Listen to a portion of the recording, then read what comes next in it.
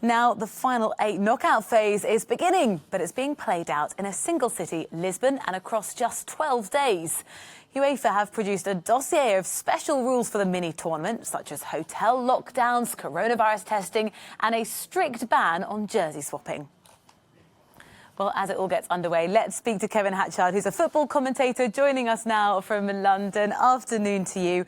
So, a very different conclusion to one of football's greatest competitions and a huge host of rules to go with it. Everything from coronavirus testing to who can wash the players' kit.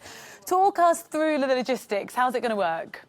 Well, what we've got, Rosie, is a situation where usually in the Champions League, in the quarterfinals and semi-finals, we'd have home and away ties, but that's not the case now. What we're going to have is one-off matches. So over the next 4 nights, we'll have the quarterfinals, then we'll have the semi-finals and finals. So all of those matches, one-off games that have to be decided on the night, whether it's 90 minutes, extra time or penalties. So it's a very unusual conclusion to the Champions League, but it's also exceptionally exciting. So who are the favourites and the surprises?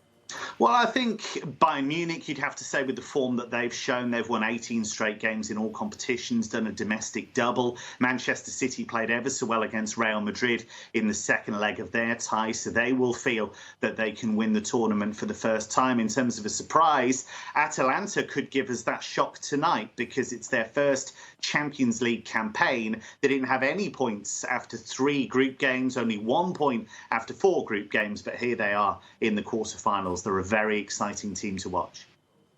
What are the risks associated with this sort of mini tournament? It'd be interesting to hear if you think all the players, all the teams are taking it seriously, because we saw what happened in Scotland, players breaking quarantine and then significant consequences on the back of it. Do you think the sort of gravitas of the difference of this set of games has really hit home?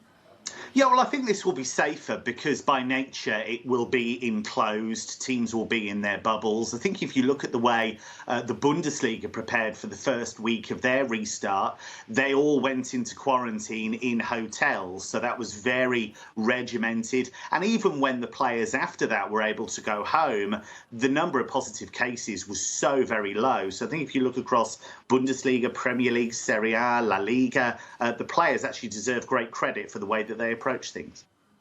And just finally, Kevin, if this is a format that is successful, might it be one that we then see repeated? I think it's possible. I think UEFA would like to go back to the way it usually is. But in terms of, they've had to scramble, really, because leagues were suspended and the kind of time was squeezed. They had to get this finished before the new season starts. So I don't think this would be something ideally they would want, but we just don't know how things are going to work with COVID-19. And we also don't know how it's going to work in terms of when can we have fans back in stadiums. Thank you very much.